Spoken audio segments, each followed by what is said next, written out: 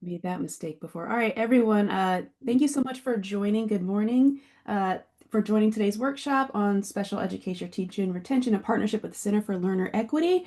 And we want to make sure that there's enough time at the end for questions and everything. So we're just going to jump right into it. So I'm going to hand it over to Erin and Christina, and you can take it away. Thanks so much. Good morning, everybody. So good to see you. We're grateful to be with you. Just as a heads up, because we are recording, we didn't let anybody's note takers join the meeting, so we didn't get 5,000 requests to record, but we will send out the recording to everybody, so you'll have access to the recording. So just a heads up. I'm glad to see you all. Grateful to be with you. We know how hard it is to make time in the middle of the day.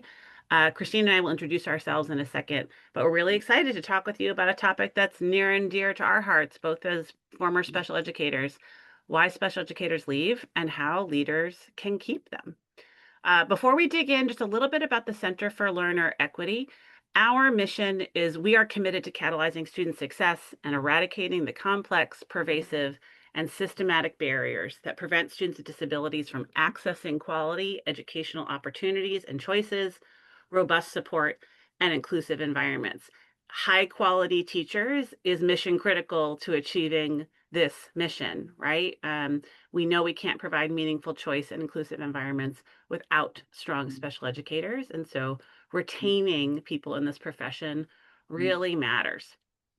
A little bit about us and why we care. So this is me on the left, Erin Larkin McGuire. That's my home team. I have a ninth grader, a sixth grader, and a second grader, and a husband who is a special educator, just started his 26th year in the profession. I started as a special education elementary school teacher in the New York City DOE, where I spent several years before moving to Uncommon Schools. All of that was 20 something years ago, but I spent many years in the growing charter sector before spending a decade at the Relay Graduate School of Education, designing teacher and leader training programs. And now I work with organizations all across the country on inclusive leadership and inclusion for students with disabilities. Grateful to be with you this morning. And thrilled to be joined by my partner in crime today, Christina. Hi, I'm Christina Braganza. I also started as a special educator in the DOE a little over 2 decades ago, at elementary and middle school, self-contained teacher. And then this is my crew. I'm a proud mama of a 3-year-old and a 5-year-old who just started kindergarten. And I spent a long time at KIPP, New Jersey with some folks on this call, helped found a school there, and then moved over to Achievement First, where I oversaw the special education programs across 3 states and 5 districts. And we are very excited to be here today to share with you a tool that will hopefully provide you with some strategies to use both right now and in the future to retain your special education teachers. There has been some really good research in the past decade examining why special educators leave, and we believe that by understanding the root causes behind the attrition, we can use smarter and more targeted strategies to retain our special educators. Erin just dropped the link in the chat if you want to try to open it, and feel free to chat if you're having trouble accessing it. Today's just going to be an overview, but there is more information in the tool. And then the only other thing to know is that today's session and this toolkit is not about pipeline planning or addressing teacher shortages. This is truly about retention and focusing on how we keep the special educators we have in our schools, how we keep them, and how we encourage them to stay. So why focus on retention as opposed to pipeline planning? As of March 2024, over half of all public schools nationally needed to fill a special education position. New Jersey alone is going to need to fill 2,500 additional special education teacher seats over the next 5 years, according to the New Jersey Education Association. And much of special educator attrition can be attributed to teachers who leave special education for other teaching roles, rather than leaving the profession entirely. In one research study, for example, less than half of the teachers who were credentialed in special education in 2010 were still working in special education by 2016, despite staying in teaching. So our goal today is going to be to focus on understanding why special educators leave their roles and then what we can do to keep them. We're going to start by diving into the 5 top root causes we see special educators leave. And then we're going to spend the bulk of our time, hopefully, thinking together about how to put in place some strategies that we can use now and in the medium to long term to help special ed teachers want to stay. If you have any questions throughout the webinar, feel free to use the chat.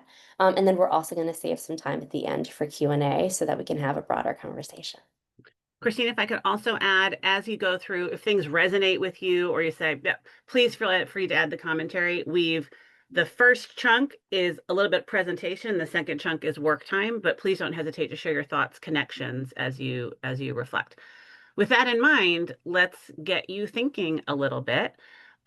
Thinking about a special educator who maybe has left special education. As Christina indicated, it's not about leaving teaching altogether, it's about leaving the particular role. Who was that person? How'd you know them? And why'd they leave? And we're going to ask you to share that in the chat, but please share the why, not the who. We don't need to name drop a bunch of individual educators we might know. Why have some folks left?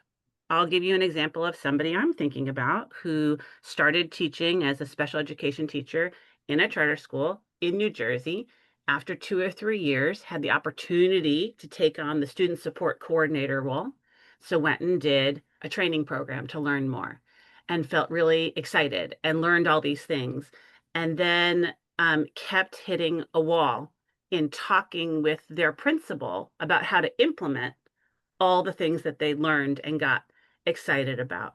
And so felt like there was such a knowledge gap between what they wanted to do and what they understood and what the principal was willing to consider and open to, that at some point that person said, oh, forget it, man. Yeah, this isn't a place for me. You don't appreciate me. You don't value me. And we can't do the things I know I want to do. And so I'm out. That's a person I'm thinking about. Think about somebody you know who may have stepped away from special education. Why? What was their reason? Let's take a minute and share that in the chat. I already see some in there. Fantastic. Let's take a minute and add more.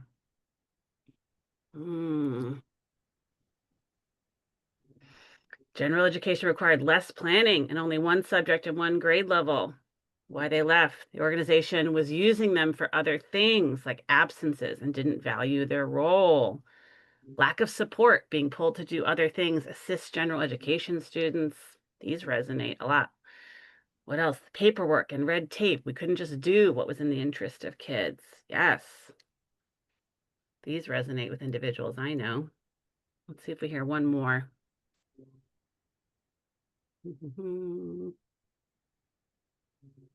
Feel free to thumbs up, heart, value, or acknowledge you can use your little comment tools for things that resonate with you.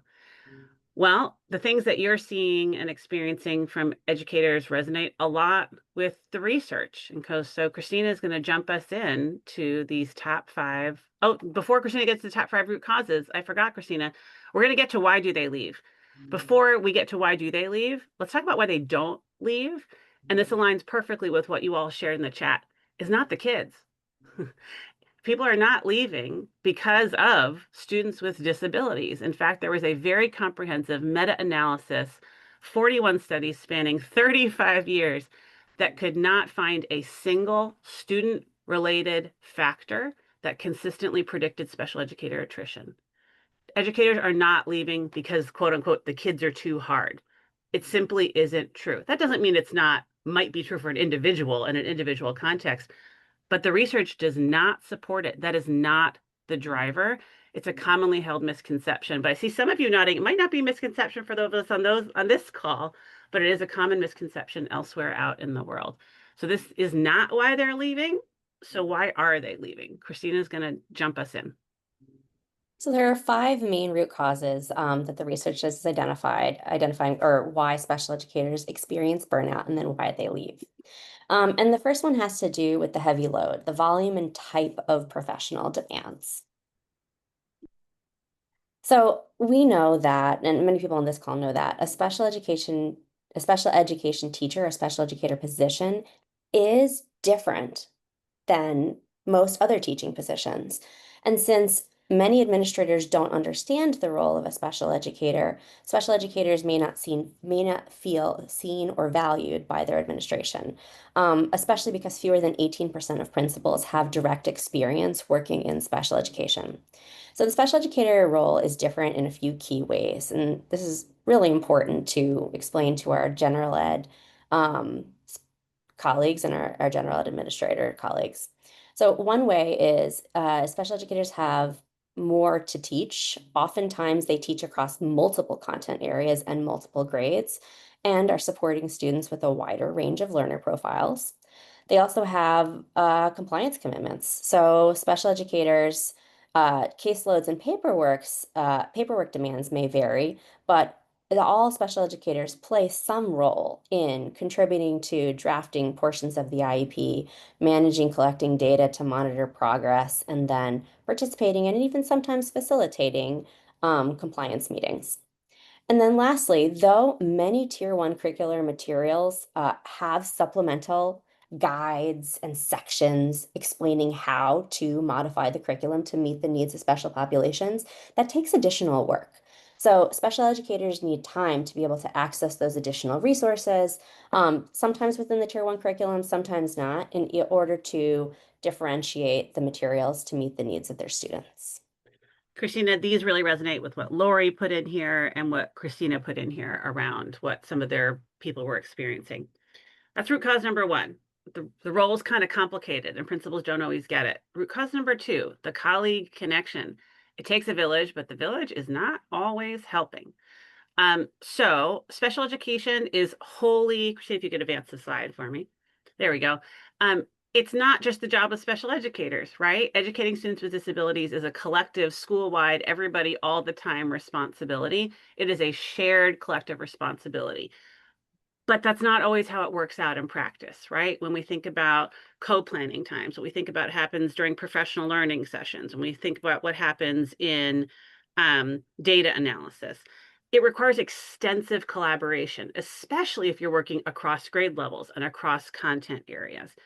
And so there's four ways that sometimes this plays out in a way that can have a really negative impact on a special educator. One, the mindset gap, your kids, my kids, right? In a co-teaching situation, well, you're responsible for those kids over there, and I'm responsible for my kids over here. We all know that that's not productive for the education of the kids, but it's also destructive to the mindset of the special educator who feels like they're constantly fighting to get acknowledgement or fighting to get that shared responsibility. Two is siloed planning.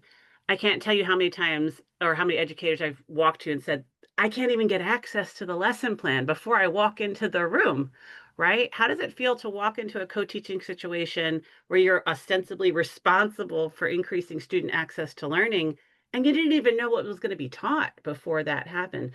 That requires a ton of collaboration. Third, sometimes special educators, as Christina named, have unique responsibilities that not everybody has a line of sight into. So there's the wait, what do you do again? What's that meeting about? Why do you have to do that? Why is that taking your time? There can be an undervaluing of not just the tactical, frustrating, kind of burdensome parts of compliance, but the authentic parts of compliance, the important documentation, the important observation, the important communication around vision setting in an IEP. And then sometimes there's a technical knowledge gap. What do you mean phonological awareness? What do you mean behavior intervention plan? Sometimes our special educators need to live in the land of technical special understanding, but if they don't have the skill to translate that in a way that is really understandable, it can feel like it creates some distance between them and their colleagues. And so we have this tension in which effective special education is completely reliant on collaboration, but very often that collaboration is not happening or it's happening in a dysfunctional way. And that has a disproportionate impact on the special educator. Building off that emotional isolation, there's also a professional isolation, the feeling of being surrounded by people yet standing alone. And this plays out in three main ways. First, there are oftentimes fewer colleagues doing similar work in the building. And so, in order to find a colleague who is doing similar work, teaching the same grade level, teaching the same content, you have to meet with colleagues from other buildings. And then the access to special educator colleagues across other buildings often includes a trade-off with the colleagues that you would otherwise be meeting with. So, for example, if you attend a special educator centralized PD day, then you're not spending time with your content teachers. Or if you go to the seventh grade level team meeting, you're not joining the sixth grade level team meeting. So there's a feeling of living across communities rather than being a part of any one community. And then lastly, there's a real physical separation for many teachers. I had fun Google image searching these to find this picture of this cart. I'm sure this is probably familiar for many folks on the call. Many times, special educators, though they may have a home base, which is a separate isolated space where they can do small group or one-on-one instruction, they spend time moving across the building, across classrooms, and I'm sure you've seen a special educator trucking along a cart or a set of materials as they try to lay out their materials for the day across so many different physical spaces. Before we even get to root cause number 4, feel free to drop in the chat of root causes 1, 2, and 3, which ones kind of have resonated with you. The challenges in collaboration, the professional isolation, the my job's too complicated. Feel free to drop into the chat any of those that you see educators experiencing, or maybe you experienced as an educator as well. And for those of you who just or joined us, all of them, right? You've been around long enough, you've seen it all. For those of you who joined us mid-introduction, or you're kind of joining us midstream, one, you're completely welcome. And we're going through the root causes of reasons why special educators don't leave teaching, but leave special education. Collaboration is challenging, competing schedules. Yeah, there's a lot of things that get in the way of collaboration. Communication with co-teachers, receiving lesson plans. Yep, these are all real, right? Feel free to keep sharing those as we talk. And again, we're trying to go through these so we can get you to the strategies and spend time to the strategies. Okay, number 4, leadership letdown, the support they're not getting. We've referenced this a little bit already, but fewer than 18% of principals have direct experience with children with disabilities. There's a real context gap. And I get the sense that a lot of us in the call might be in special education leadership roles. I would imagine you experience this in your conversations with principals or network leaders or CMO leaders. There's a context gap on what the job is and what it looks like to do it really well. I was in one New Jersey charter school recently where a special education leader told me, I don't think the principal's actually ever walked in a self-contained classroom in this school. Like, yep, that we're gonna fix that, right? What happens when there's a context gap? A couple things. Sometimes principals then unintentionally send an alienating message. Not that they mean to, but sometimes there's well, I didn't know, and so I said something that devalued your work in a way that was missed. And then there's a missed opportunity to fail to provide the essential support. If you don't understand the job, you might not have the intuition to know what support is needed. So let's talk about a very visible example of this. Let's imagine we're all in a faculty meeting. Here we are, faculty meeting on Friday, elementary school, and the principal just got some interim assessment data, and we are excited to celebrate third grade reading proficiency. There's 4 third grade general education teachers. In Mrs. Johnson's class, 78% of the kids were proficient. Mr. Davis's class, 72% of the kids were proficient. 85% of Ms. Martinez's kids were proficient. And Ms. Thompson's class, only 65% were proficient. And the principal is so excited. Oh my gosh, Ms. Martinez is leading the way with 85% of her kids are proficient on reading. Okay, so we're going to do 2 things. Well, go back, Christina. First, let's imagine that your name is not Johnson, Davis, Martinez, or Thompson. It's Ms. Berganza. And you're actually the third grade special educator that works with the third grade team. And you push into several of these classrooms and spend a lot of time, in fact, co-teaching with Ms. Thompson. So right off the bat here, the principal is trying to celebrate exciting reading performance, and Ms. Berganza is invisible, right? She's not here. She had nothing to do with these data. She's not acknowledged. That's one well-intentioned miss here. But let's dig even deeper. Let's go to the next slide, Christina.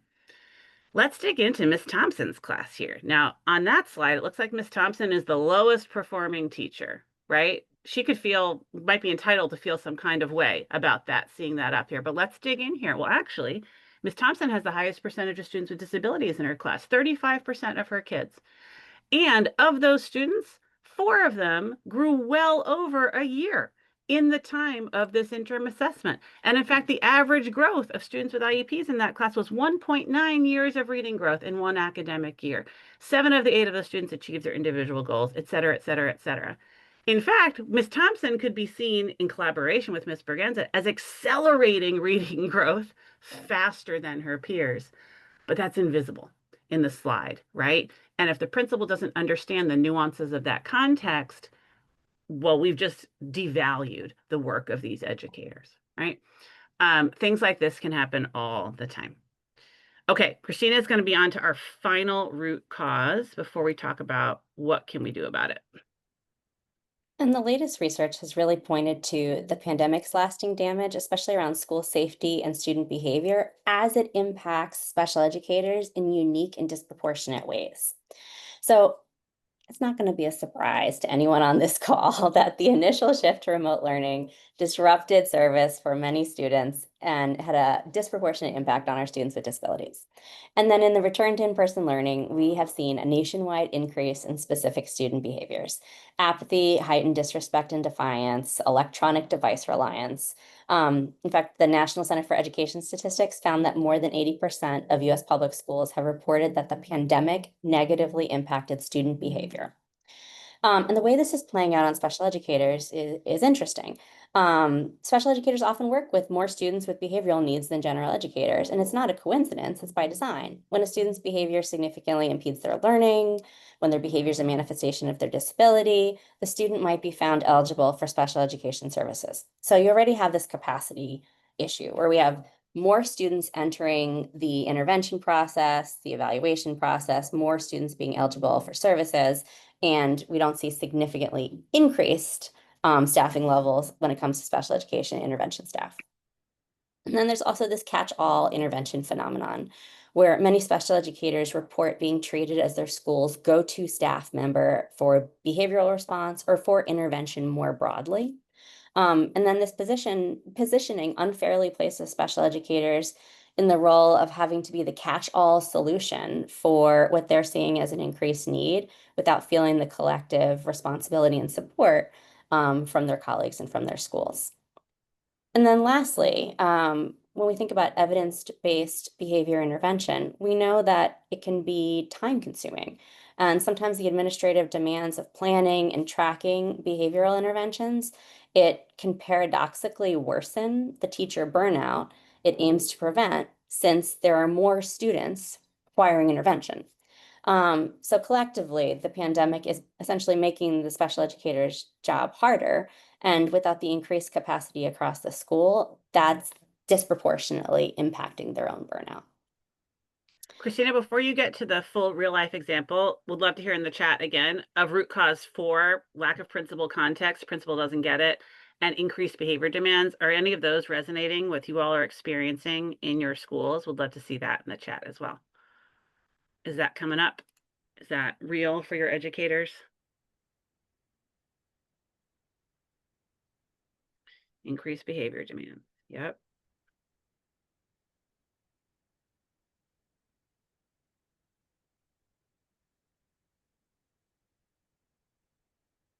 Okay. Thanks, Christina. Keep going. So in the toolkit, you're going to find some real life examples of how these root causes play out in this career cycle of a special educator. We're not going to go into them today, but I do encourage you to take some time in the future to look through these examples and then consider how and where there might be similar situations playing out in your own environment. And Christine, would you go back one slide? And I would imagine if those of you in on the call or in a special education leader position, and one of the challenges you're experiencing is, how do I help my principal supervisor get this? How do I help the CAO get this? How do I help a principal get this? I might just start with this page first. I might say, read this case study. Read this case study. This is because it's very familiar. You will see this is, and it highlights, look. It could make it will humanize this to a real life person. If you're going to get a principal or a principal supervisor to read one page of this toolkit, give them this one. It will help build some context. Okay, so what do we do? What actions can leaders take to keep our special educators? The strategy section of this guide is broken into 4 chunks. We tried to make it as concrete and accessible as possible. There's things you can do right now. As soon as you get off this call, tomorrow, no planning required, just go do it. There's things that will take a little bit of planning, right? But can be implemented over a couple of months. There's things that will take a longer period of time, year over year change. And then there's strategies that are organized based on the seasonality of the year, things that are good to do over the summer, things that are good to do when you're having planning conversations for next year. So Christina's gonna stop sharing and I'm gonna start sharing, just give you a very quick tour of this section of the guide. Christina, can you just give me a thumbs up that you can see that? Awesome. And so if I go to page 17, which is where the strategies start, you're going to see actions to take now. So for example, we looked at an example in which the principal really didn't value the co-teacher's contribution to the reading data. So as a principal, what they could do? Well, share a reflection about the work of a special educator in your weekly principal newsletter. You can do that immediately. Highlight special educator practices during a faculty meeting. Celebrate student outcome. Make sure that you're celebrating all the individuals who contributed to the outcome. None of that takes planning, right? You can do it immediately. But if I keep going down and I look at, for example, things that I could implement in the next 3 to 4 months, for example, limiting the number of preps, grade bands, and content for which a special educator is responsible, I can't make that switch immediately. That's going to take a little bit of planning. And as some of you noted in the chat, there's constraints there to name, right? There's financial considerations, there's scheduling considerations. We can't do that immediately. And then finally, if we keep going, so there's a note in here about teacher pay. Headline, teacher pay doesn't correlate to increased special education retention. There's a note in there about it, worth reading. Action over time, and then there's the seasonality, the year at a glance. What do we do when we onboard new teachers? What do we do when we create the master schedule? This is a great tool to have printed out and put on your clipboard to remind you things to do across the year. Okay, with that, we want to protect some time for you to dig into these strategies. So we're going to give you 5 minutes to look at this section of the guide. Starting on page 17, it keeps going through. 5 minutes. What is one strategy you think is relevant in your context that could support your educators? Let's take 5 minutes to do that now, and then we're going to come back and share out. There you go.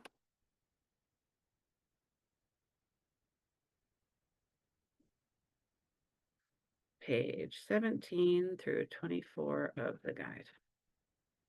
We'll see you in 5 minutes.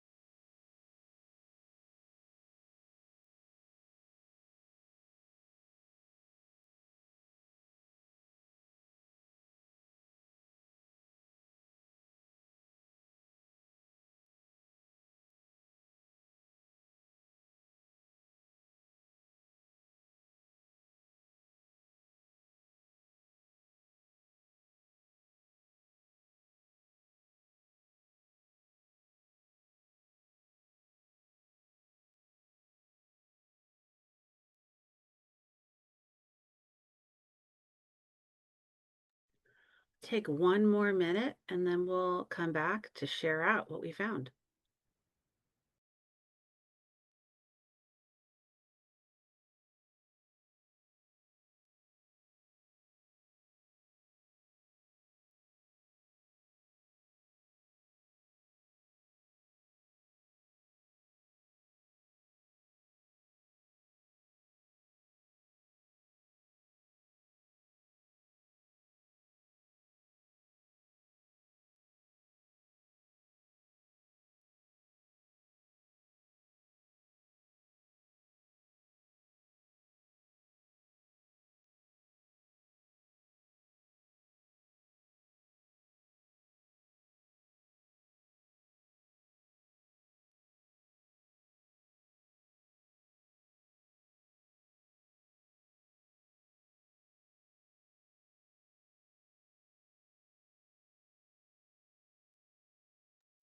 All right, let's come back together. There are already a fantastic and growing list in the chat of strategies that resonate with you all. I would invite you to jump into the chat and review what your colleagues have shared and add some more. What's a strategy that resonates with you that could be applicable to your context, whether you're a principal or a building leader or a network leader? What strategies could you use? Let's take a minute and add them more and read what else your colleagues have shared.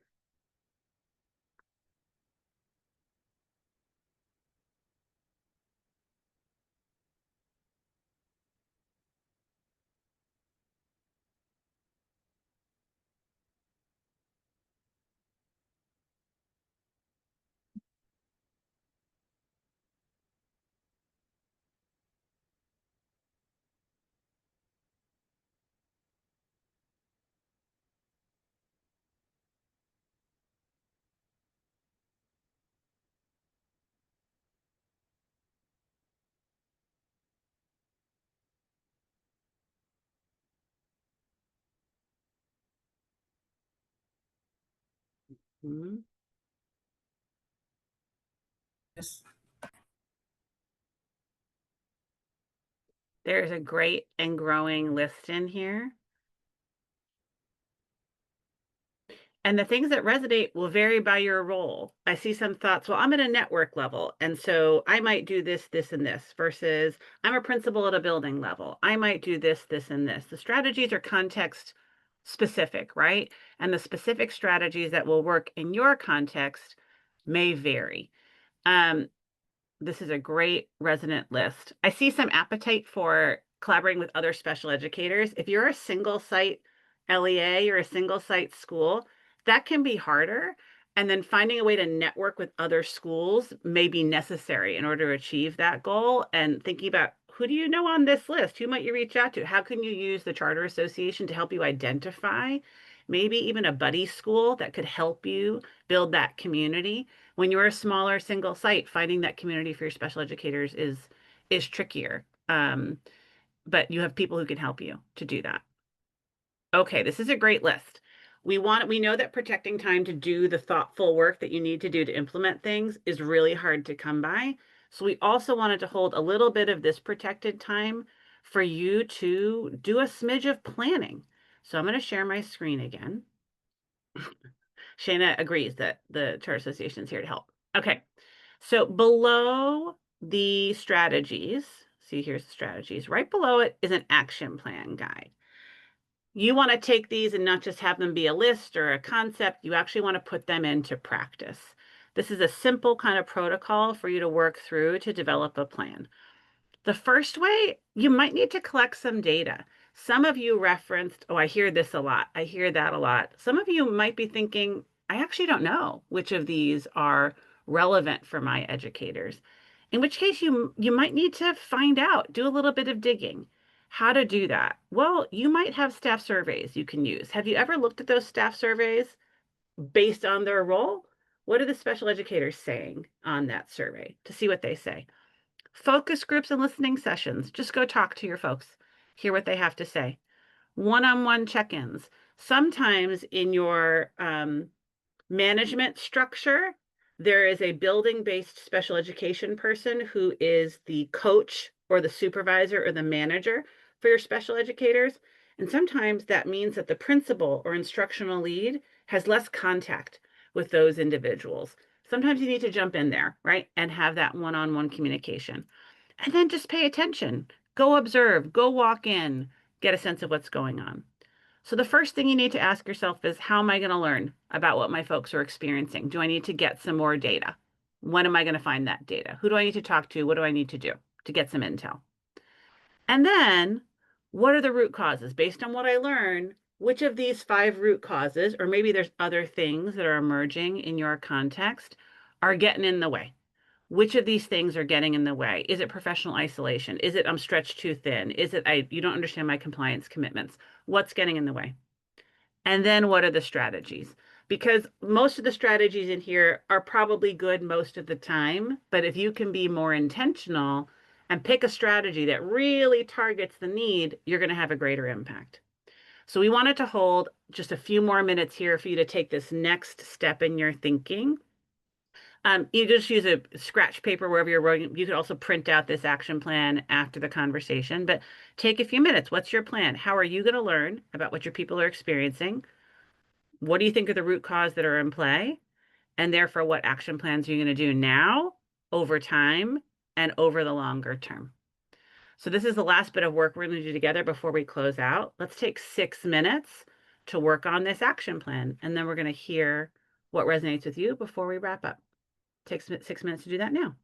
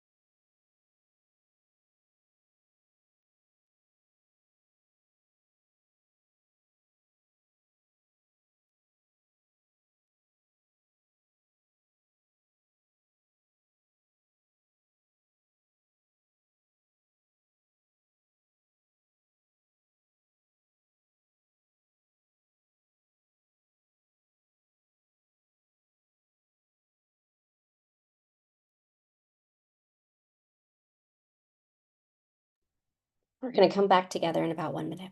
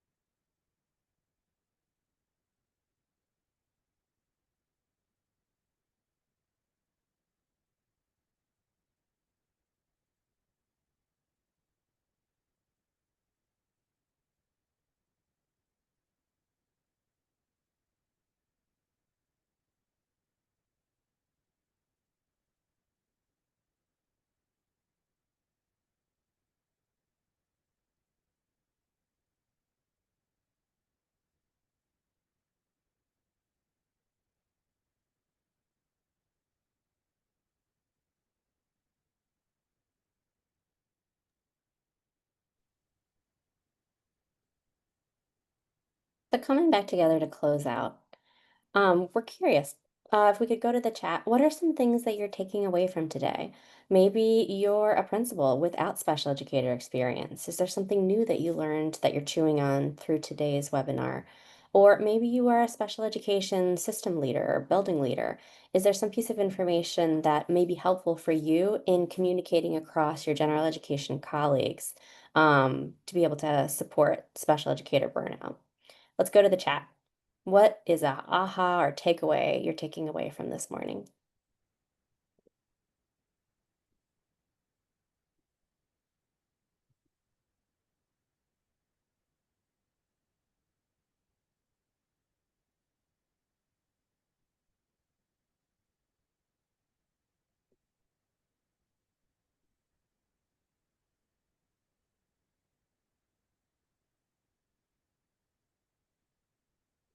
Yes, Nate, making sure that we're collaborating and communicating this information across the people who are the biggest influencers for special educator retention. I know everyone is probably deep in thought at the moment. The need for even more recognition for retention, incentivizing retention, yes, for building educator, for general ed leaders, being more intentional about inclusion of special educators, and making sure that others understand their role, so that they can have empathy. And it's not on the special educator to have to explain their role to their colleagues. All right. So as we close, I do want to preview that there's a lot in the tool we didn't talk about. There's an in real life example, there's strategy to use, there's an interesting conversation about celebration versus tokenism. And I'd encourage you to print this out, put it on the back of your clipboard, print it out for your colleagues. Please feel free to share widely so that we can all benefit from the really good research that has evolved around special education retention. Also, Christina and I are happy to office for those of you who joined today's webinar or watch the recording. You'll get an invitation to join one-on-one office hours if you want to talk through how to implement any of this or just have a thought partner about what might be useful to your context or share additional strategies that could help us benefit that we could then disseminate to others. Because you guys chose to spend your time with us today, we're excited to spend more time with you if we can contribute to your problem solving. So you will get an invitation. And if you had colleagues who couldn't join, the recording will go out with a way so that we know who watched the recording so that those folks could get invitations as well. With that, we intentionally look, I'm like so impressed that we're exactly on time. I'm like, we're gonna pat ourselves on the back for that. We intentionally wanted to hold 10 minutes of buffer here, one to give you transition time to whatever you're going to next, but also anybody who wants to stick around and have real-time Q&A with us or share thoughts, please do. So we're holding these last 10 minutes for anybody who wants to grab the mic and chat with us about anything, ask some questions. Gratitude to all of you for finding time to join with us today, and more gratitude for paying this forward and taking some action step to make your special educators feel cared for and supported so that they continue doing the great work in service of kids. Thanks for everybody's time today. Keep an eye out for the follow-up emails and have a great rest of your day. And stick around if you want to chat. Thank you, ladies.